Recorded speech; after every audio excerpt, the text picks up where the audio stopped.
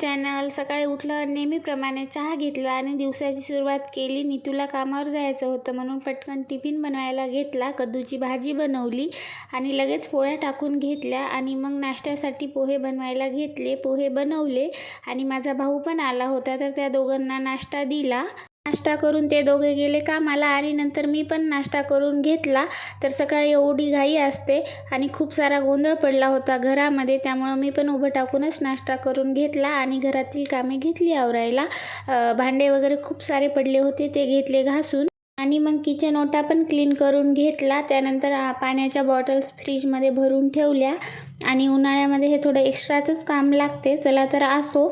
नंतर आंघोळ करून फ्रेश झाले आणि नितूने थंडगार कुल्फी आणली होती, ती मस्त बसून एन्जॉय केली आणि खूप दिवसापासून राहिलेलं एक काम हातात घेतलं. किचनमधला हा रॅक खूप दिवसापासून आवरायचा राहिलाच होता आणि इतकी धूळ झाली होती, खूप छोटे छोटे काही ठिकाणी तर कॉक्रोच पण झाले होते आणि खूप घाण झाला होता.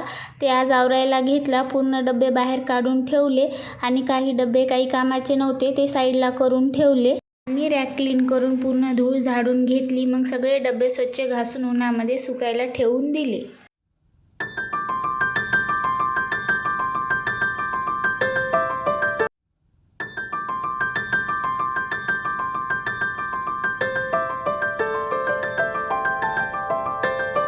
त्यानंतर चिवडा बनवून घ्यावा म्हटले आणि सुरू केला चिवडा बनवायला. शेंगदाणे डाळं छान तळून घेतलं. नंतर पतले पोहे भाजून घेतले. तर ते नॉनस्टिक कढईमध्ये भाजत आहे त्यामुळे थोडेसे बुडाला करपत होते, पण जास्त भाजून घेण्याची गरज पडली नाही कारण मी सकाळीच उन्हामध्ये ठेवले होते खूप वेळ म्हणून. आणि मग मिरची वगैरे कट करून चिवड्याची खमंग फोडणी तयार केली आणि टोपल्यामध्ये मिक्स होत नव्हतं म्हणून पेपरवर सगळं एकत्र छान मिक्स करून मस्त खमंग चिवडा तयार झाला.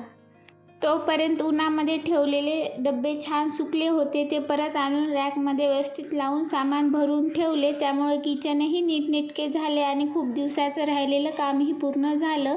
चला तर असा गेला आजचा माझा दिवस. व्हिडिओ आवडला असेल तर लाईक करा, कमेंट करा आणि सबस्क्राईब करायला विसरू नका. बाय, भेटूया लवकरच.